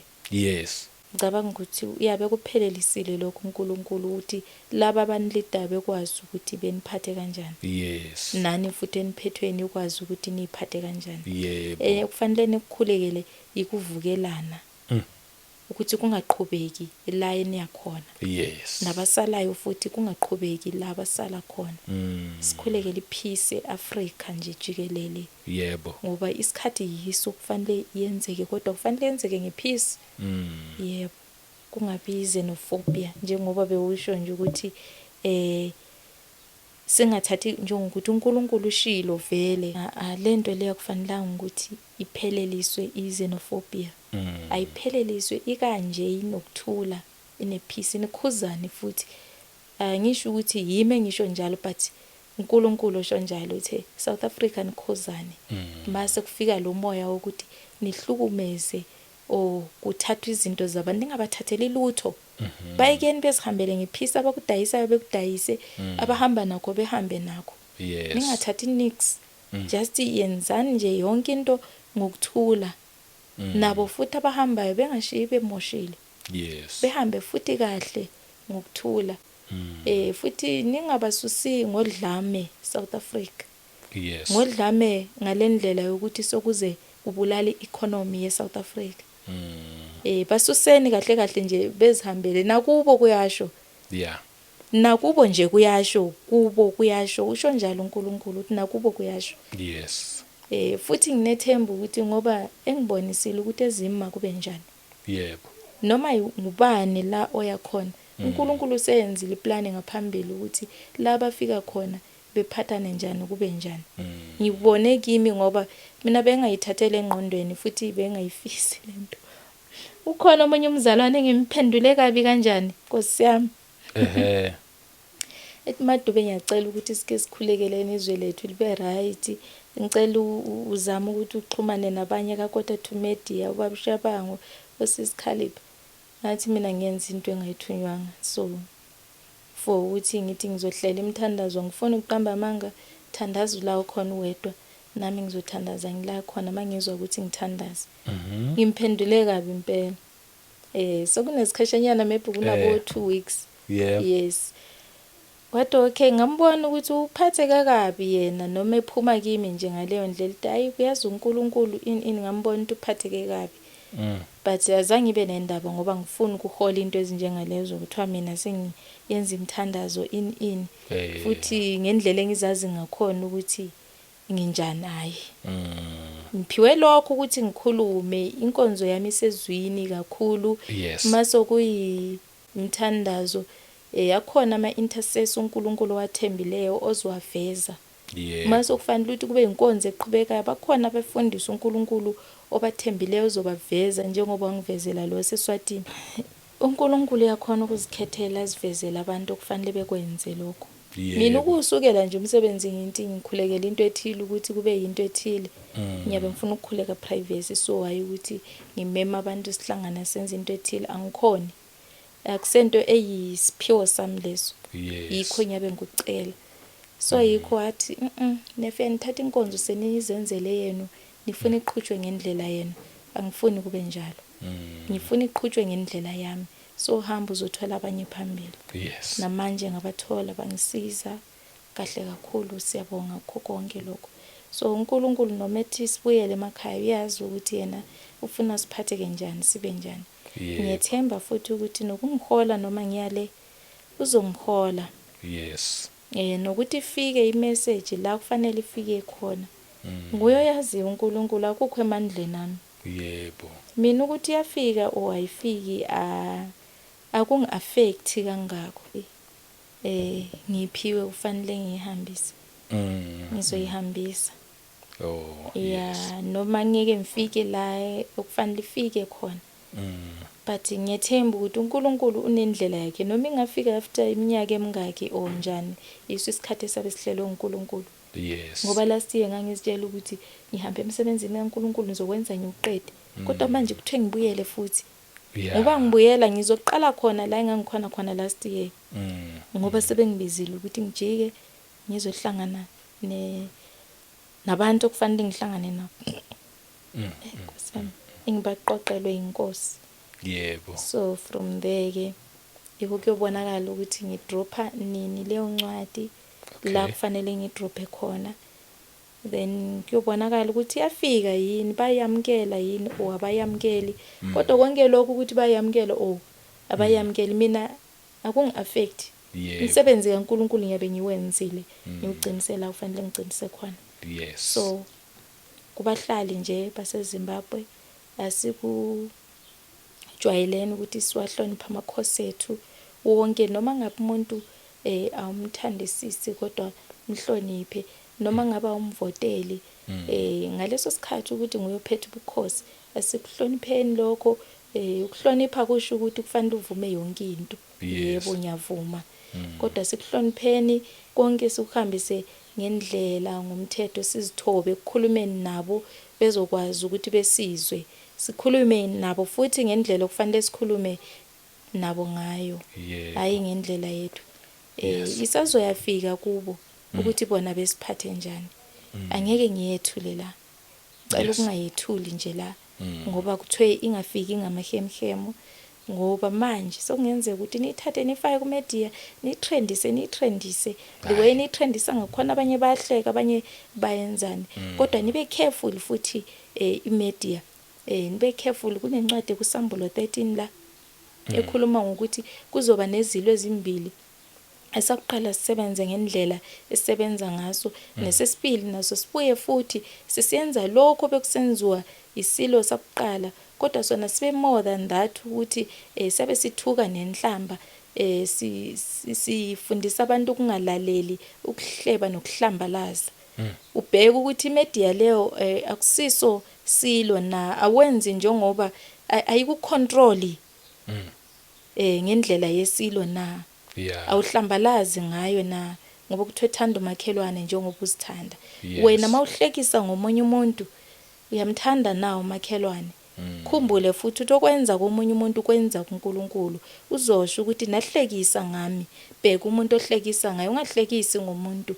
Mlande khulume naye lento isolayo nilungise niqhubeke ngothando likaNkulunkulu ngevangeli ngomusa kaNkulunkulu. Ngiyanithanda lonke bathandwa. Jesu Kristu inkosi namhla kuze kuphakade. Simamkeleni uJesu Kristu mase simamkele usenzela konke kunama benefits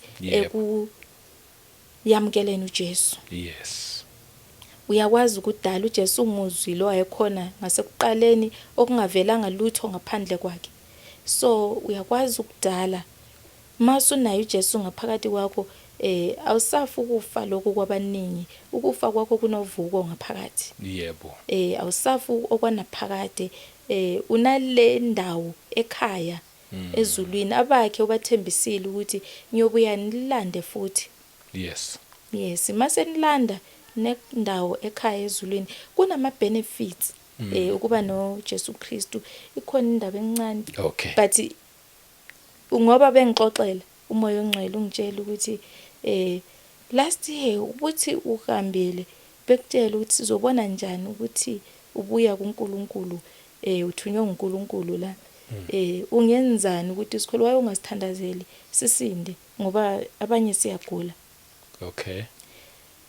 Umoya ongcwele ungitshelile leyo nto wathi Vuyani yazi ngesinye isikhathi nina niyabathandazela abantu okungadingi ukuthi nibathandazele.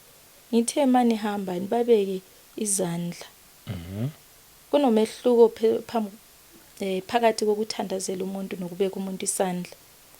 Abagulayo nibabeke izandla nje ukuthi ngegama lenkosi uJesu sinda, ngegama lenkosi uJesu sinda, ngegama lenkosi uJesu sinda. Asikho isidingo sokuthi uthandaze the long prayer uthandazele umuntu ogulayo. Babekeni izandla besindi. Wayetshela mina ngaleso sikhathi noma bengabekwanga nguwe kodwa bakhona kuleyo ndawo batshele nje ukuthi bebeke izandla ngokukholwa besindi abagulayo. Ngase ngibuza ukuthi kanti ngani kwenye incwadi uyasho Nkosi ukuthi makabiza amalungu ebandla bemkhulekela umuntu ogulayo. Wathi yebo ngisho njalo ogulayo makabiza amalungu ebandla emkhulekele kodwa wena mawuhambile anikhuleke uyabeka izandla ngegama lenkosi uJesu, ngegama lenkosi uJesu. Kunendlela yokuthi umuntu ufanele umkhuleke, kunendlela yokuthi amkhulekele umbeke izandla nje ngegama lenkosi uJesu sinda, ngegama lenkosi uJesu sinda bese uyadlula nani lapho futhi emakhaya nigulayo ngegama lenkosi uJesu nisinde. Amen. Hayi ngiyazi indaba lezi mangabe seziphuma kahle azipheli but okuhle ngazo zimnandi kanti futhi zibalekile. So nje konke nje okusherayo kubaleka kakhulu. Yabo nje nalokho oqeda ukushera. Kosiza nje thina impela nje ngobuningi bethu. Because iningi sijwayele nje ukuthi umuntu kufanele ngime naye 10 minutes. Mkhulekela ngingaqedi. So manje yabona uyayenza lento futhi ngempela isezwini kusimpuli beka izandla ngokukholwa ngegama lika Jesu phila udlulele komunye. Ungafuni manje kuze kube no action othile lena thina siugijimisayo manje. Siyawudinga phela lo action. Dinga nje umuntu aphile kuphela ukuthi At least mangawa phansi nginqeke lapho yayingethemba ukuthi ukhona okwenzekile. Kungazathi vele umuntu ophila mayesewile. Injalo. Bayengawanga nje akanamandla lwakabawisa abantu kanti cha kunjalo. Akunjalo. Hayi cha. No. Yeah, siyabonga. Siyabonga kakhulu ukufika kwakho. Hey, khona into engiyibukayo impela uNkulunkulu akathandanga iSouth Africa kuphela. Abantu balokho bethi hey unthandile uNkulunkulu eSouth Africa. Hayi South Africa kuphela. Akathandanga South Africa. Swaziland nani nithandiwe. Mozambique, Zimbabwe, kahle Africa yonke. Africa yonke. Khona into ayilungisayo. Ngoba sibuyela siyolungiswa. Yeah. Yes, kuthiwe go and fix yourselves. Bathi ikhulumile leyo nto ukuthi ngoba befix eSouth Africa la. Yebo. Hambani nani to fix yourself ngoba lina ngokwenu nje. Nonakele. Angikhora ungathi uzibheke ngelihlo lenyama uzibona uright. But mase ngithola iplatform ukuthi ngikhulume ngokupheleleyo okwamanje bengikhuluma ngohambo lwami nokuthi yini engilethelwe uNkulunkulu.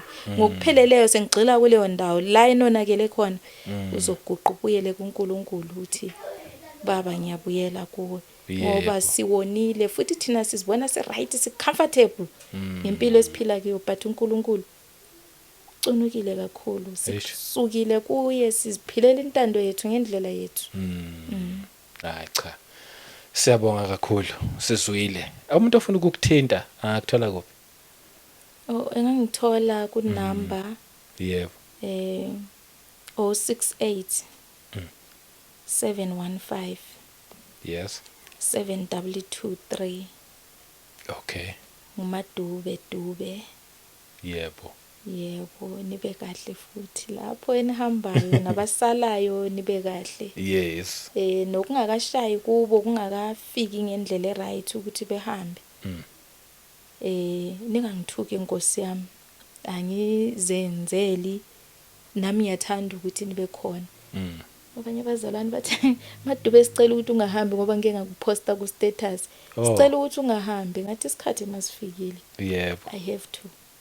Makuthiwe angihambe kufanele ngihambe. Yes. Babushabanga nginaso isikhathi sokuphumula. Ngibuye eSwatini ngiyadlula manje kufanele ngizimbabwe anytime. uNkulunkulu wangibusisa ngomuzi December. Oh wow. Ngalotsholwa kodwa namanje lokhu ngashadi. Ngendlela yokuhamba ukuthi ngihamba kakhulu. Yes bekufanele khona ngoSeptember kodwa ngendlela esengilethelwa ngakhona ngihambo. Angazi mhlambe songaze kuhleleke maybe kuthiwa a week maybe kuthiwe next week or 2 weeks coming. Okay. Uyabona? Anginaso isikhathi sokuhlala phansi ngihlele kahle.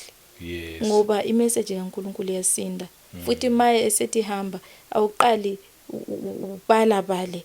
Mawayethi shiyana amanetha nihambe.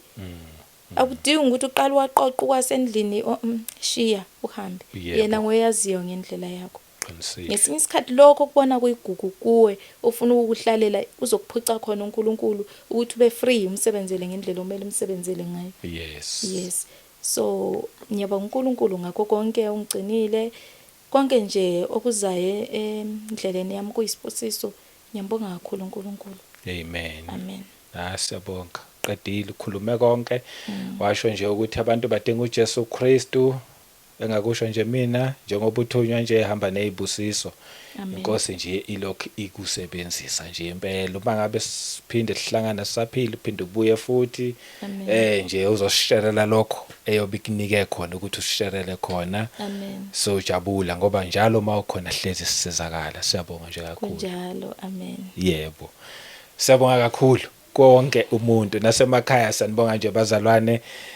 Nonke inkosi ayinigcine nje nani inibusise kumakhaya wonke singakhohlwa ngempela uJesu Kristu phambili then kulandela umuntu nayo nje inkosi esiyiphakamisayo ngomusa wenkosi uJesu Kristu asiphinde sihlangane futhi kwivideo elandelayo. Amen.